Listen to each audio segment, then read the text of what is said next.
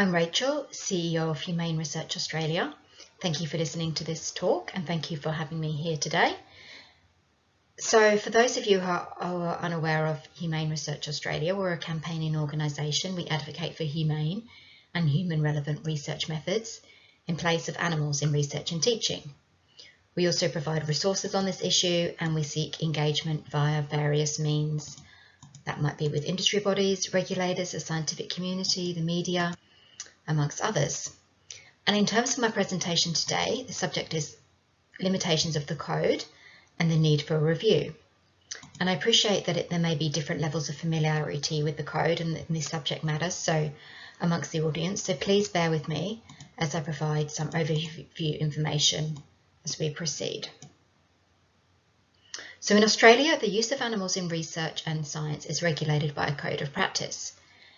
Given that this code is the primary form of protection for millions of sentient animals used in research, it is extremely important to understand what the code says and what its limitations are.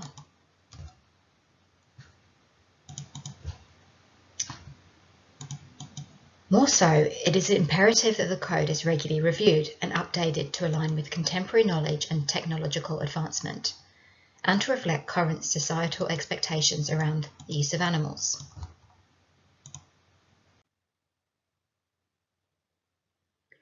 In terms of an outline for the presentation, I'm going to give some context, look at the content of the code, the question, is the code legally binding?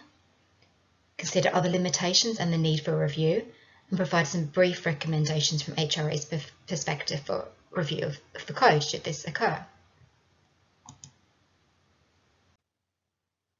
So the code I'm referring to is the current edition of the Australian Code of Practice for the care and use of animals for scientific purposes.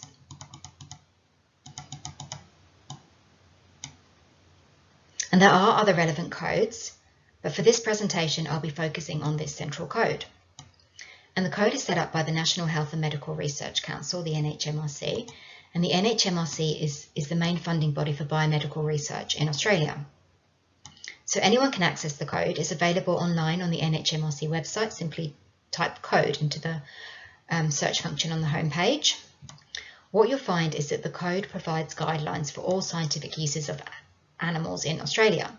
And broadly speaking, there are three main types of scientific use: product testing, be that an ingredient or a medicine, for example, kind of fundamental exploratory research, and education and training. And the code therefore covers an incredibly broad range of scientific use, meaning the contents of the code, and in particular its protective measures for animals, are integral to ensuring even a basic level of welfare.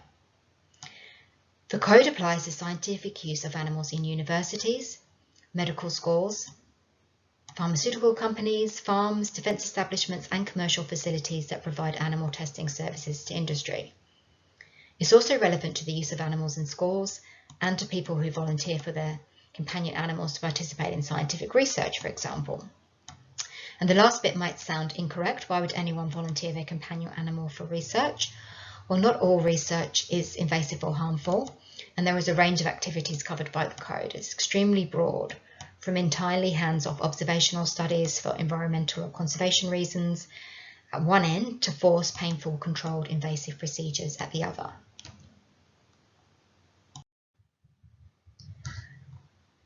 So now looking into the contents of the code, what does it actually say? The stated purpose of the code is to promote the ethical, humane and responsible care and use of animals for scientific purposes.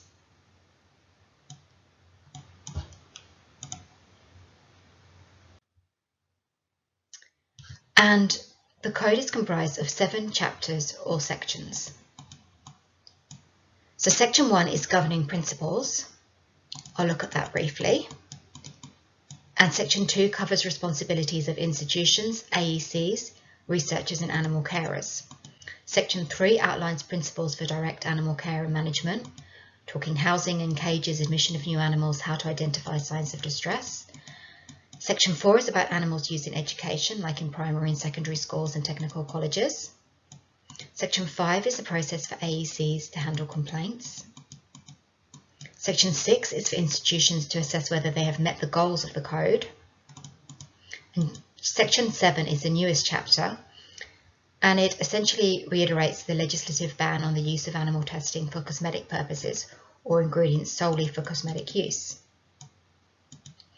For now, I'm just going to look briefly at the governing principles.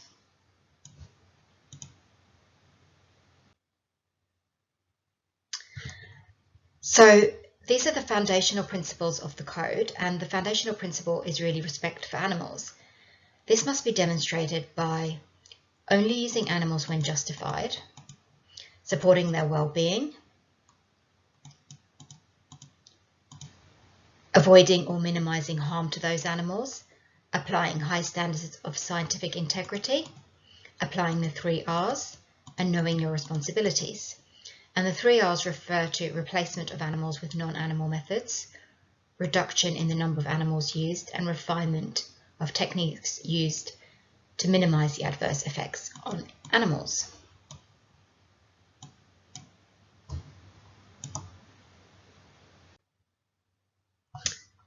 So, interestingly, the code also has an acknowledgement of sentience, without actually using that term itself. When talking about avoiding or minimizing harm, the code says animals have a capacity to experience pain and distress, even though they may perceive and respond to circumstances differently from humans. This seems obvious, but it's actually quite progressive for animal welfare law in Australia.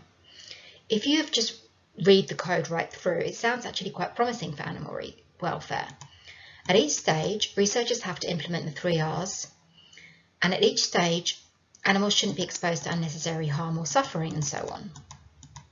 As with anything that inherently compromises the welfare of sentient beings, however, we need to approach the code with a critical lens. And on closer examination, we find serious limitations and omissions in the contents of the code. The first limitation that I'll talk about relates to the enforceability of the code.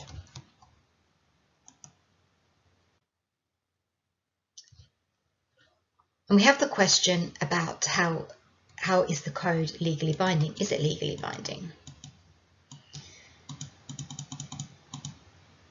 So compliance with the code is only formally required if A, the research is funded by the NHMRC, and B, compliance with the code has been incorporated into the relevant aforementioned state or territory legislation. So the code may be adopted in whole or in part or not at all.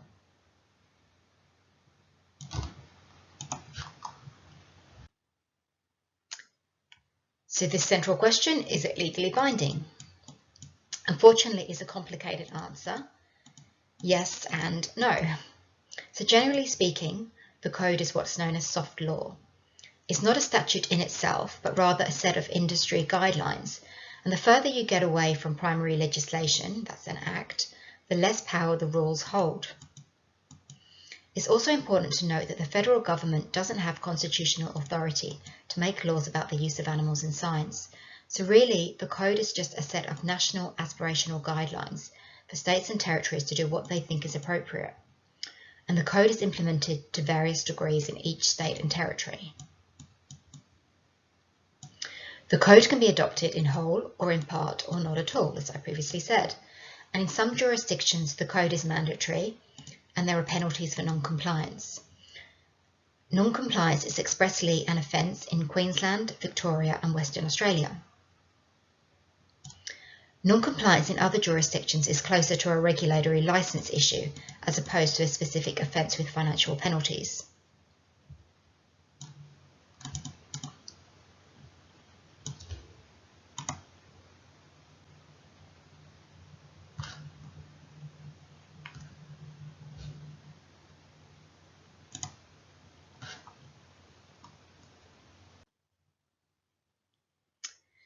As you can see from this table, the status of the codes varies between jurisdictions.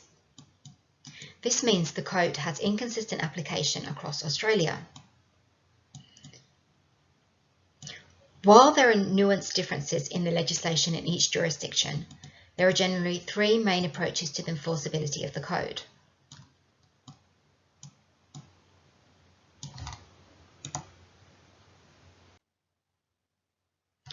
The first approach is where the licensing authority has discretion about whether to make compliance with the code a condition of a license.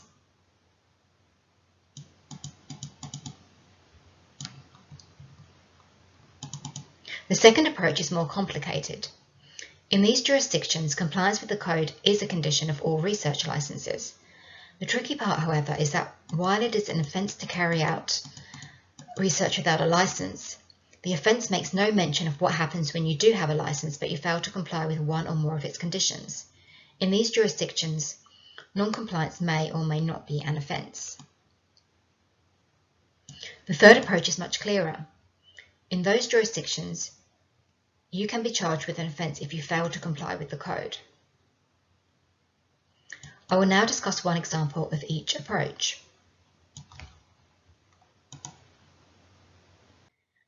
The first approach is the lowest level of enforceability, where compliance with the code is only a discretionary condition of a research licence.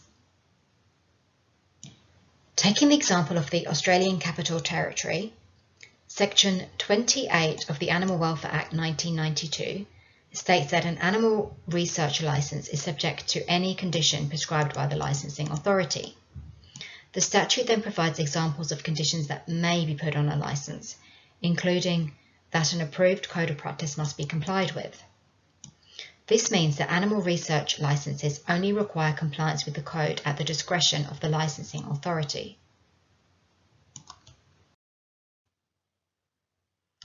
The second approach to enforceability is where compliance with the code is a required condition of a licence.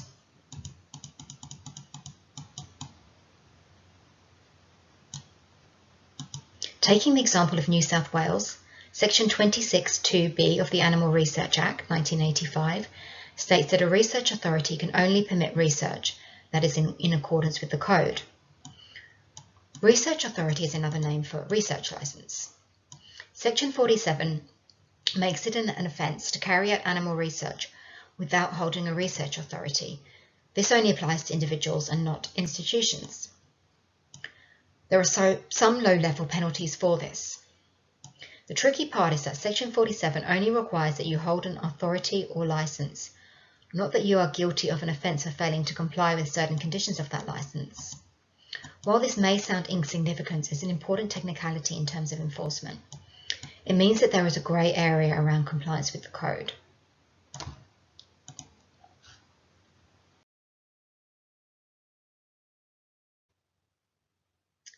And the third approach to enforceability is where non-compliance with the code is a clear offence.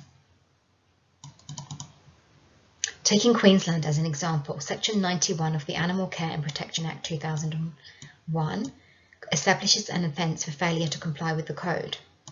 The maximum available penalty in this situation is 300 penalty units, 41,355 at the time of this presentation, or a 1-year imprisonment sentence. So, unfortunately, general enforcement trends of animal industry codes indicate that this kind of offence would likely be reserved for extreme cases. Perhaps, for example, those cases where deliberate action was taken in contravention of the code as opposed to a general failure to comply.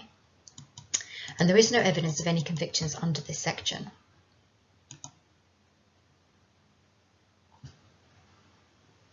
So as you can see, this means the code has inconsistent enforceability across Australia. And arguably, the approach in Queensland, Western Australia and Victoria sets a standard for best practice. And the lack of a clear offence and the fact that it's not legally enforceable in all jurisdictions is one of the biggest limitations of the code. And of course, amending the code isn't going to change the enforceability in all jurisdictions, but there is ways we can make the code more clear and consistent for interpretation.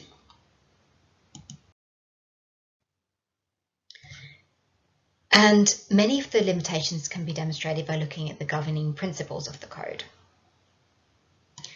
On the screen is the first governing principle, which we previously already looked at.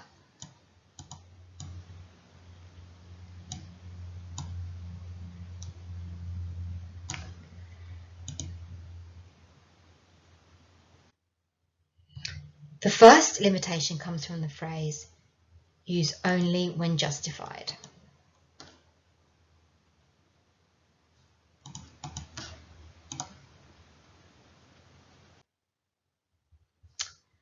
The code says projects must have scientific or educational merit and a potential benefit for humans, animals, or the environment.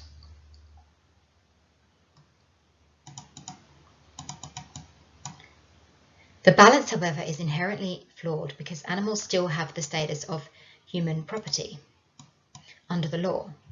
This means their interests will not be considered equal to those of humans. In the case of science, almost anything can be considered a potential benefit for humans. Further, the code says that the use of animals is justified if the animals are essential to the research and there are no suitable alternatives. This raises a serious issue because there is no proactive requirement in the code to develop alternatives to traditional animal use. The lack of funding and dedication to alternatives research is the very reason that most of the higher welfare aspects of the code are rendered futile. Ultimately, an AEC must be satisfied that the use of animals is justified. The code sets up a system where each research institution is required to put its own processes in place to ensure that the research is undertaken in an ethical manner. The issue is that the deliberations of an AEC will be dependent on the subjective life and research experience, knowledge, temperament, and resources of its members. Various factors may influence an AEC, including faculty pressure and dominant personalities. Keeping in mind, for example, that at least one member of an AEC has no experience in the field and may not have the standing to challenge the use of animals. The failings of the AEC model are also clear when you consider that the same research application may be rejected in one institution for being unjustified in its use of animals, but approved in another. And the forced swim test is the prime example that comes to mind here. So the next limitation is evident in the consideration of the principle to apply high standards of scientific integrity.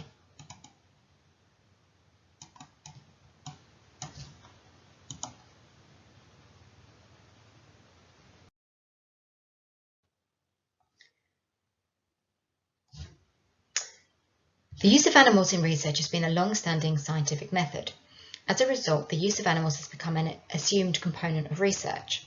Current practice is often to use animals, and this is reflected in the practices of some scientific journals, which expect animal test data, and in the guidelines for the Therapeutic Goods Act, which frequently infer that valid test data should come from animal research. The problem is ingrained in Australia because there has been a lack of funding and support for other valid scientific methods.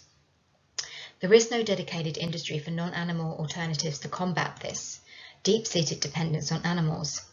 This is despite the fact that several countries around the world have already established national centres for the development of alternatives.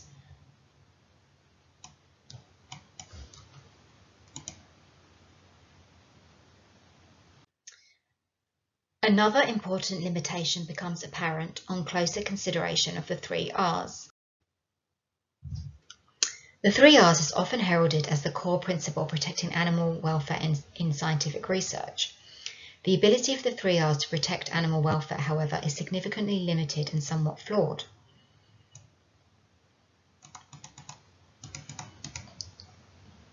To begin with, the principles reduction and refinement are problematic. Decisions to reduce the number of animals in experimental design is left to the discretion of researchers, who can only base their justification on pre-existing scientific methods. Further, a reduction in the overall number of animals may result in extended or repeated experimentation on fewer individuals. Refinement is similarly subjective and in effect finds ways to mitigate harm rather than prevent harm. Replacement, on the other hand, is certainly impactful. The issue arises in that it is neither legally required nor funded, so it is rarely implemented.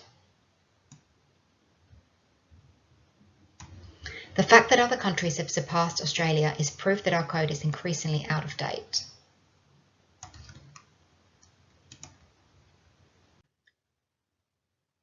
Lastly, the most obvious call for action is the fact that the code is out of date. Although a new section on cosmetics was added in 2021, the remaining substantive content was not reviewed.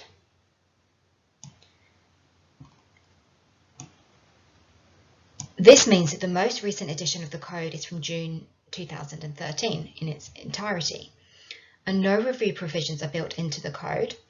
There is also no review requirements in the corresponding National Health and Medical Research Act, and that is the enabling legislation for the code. And the communications HRA have had with the NHMRC and the Minister for Health have suggested that review would be enacted upon state and territory request for that review. And we are seeking to establish the underlying policy position behind this because, as I said, it's not mandated in the code. If state and territory legislation surpassed the code, we're told that there would be a stronger argument for review. So on the basis of this, HRA has outlined cases where the state and territory legislation is more progressive. And this is particularly in relation to right to release, lethal dose testing and AEC training. Guidance for review, however, can be gleaned from previous revisions to the code. And after its production in 1969, the code was reviewed in 1979, 1983, 1985, 1990, 1997, 2004 and 2013. So you can see that the intervals, they're very inconsistent. They can range from 2 to 8 years. And given that the rate of technological and scientific advancement has increased exponentially with time, it is unreasonable from HRA's perspective to allow a period as long as 10 years between reviews.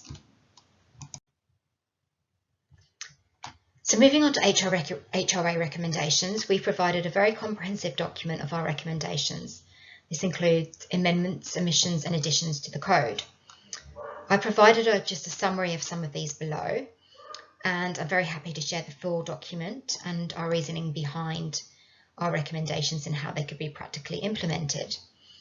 Just a list of the central ones here that we would wish to see revised: acknowledgement of sentience, inclusion of crustacea, proactive development of alternatives to be mandated, reducing potential for conflict of interest, mandatory veterinary oversight, more transparent reporting, for example, in the annual reports to AECs by institutions, replacement of animals in teaching environments, and requiring mandatory pain mitigation, amongst many other recommendations that we have.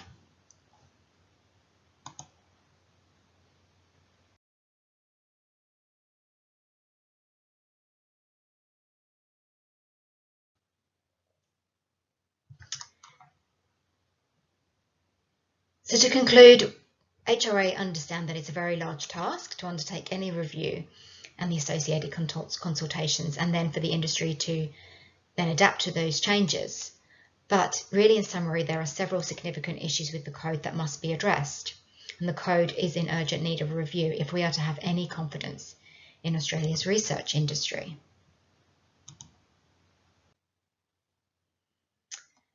So to conclude, I've provided my email address here, rachelsmith@humaneresearch.org.au. I really thank you for your time in listening.